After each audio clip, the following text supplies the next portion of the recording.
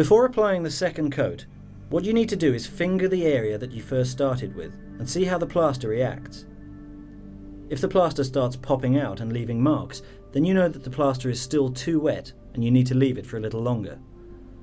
Applying a second coat whilst the first coat is still too wet would mean that you would be removing the first coat as you apply the second.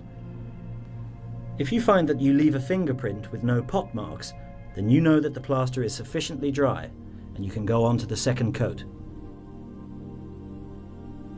During this second phase, we apply the plaster in exactly the same way as we did for the first coat, except this time we apply a slightly thinner coverage to the wall, applying a thickness of around 2 to 2.5 millimeters for the second coat.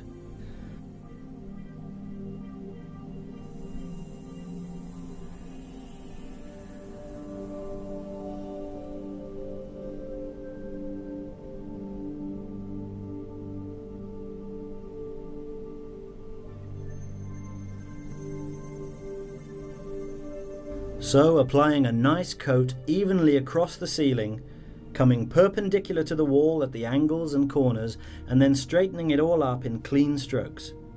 Then moving our body horizontally whilst we work vertically across the ceiling and wall.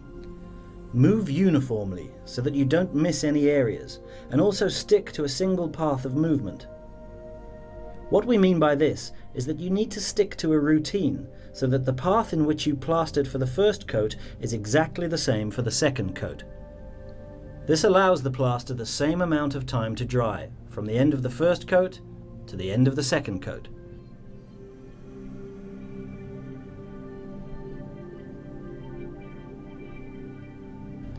Once again, leave this second coat to dry for approximately 25 minutes, in the same way that you did for the first coat.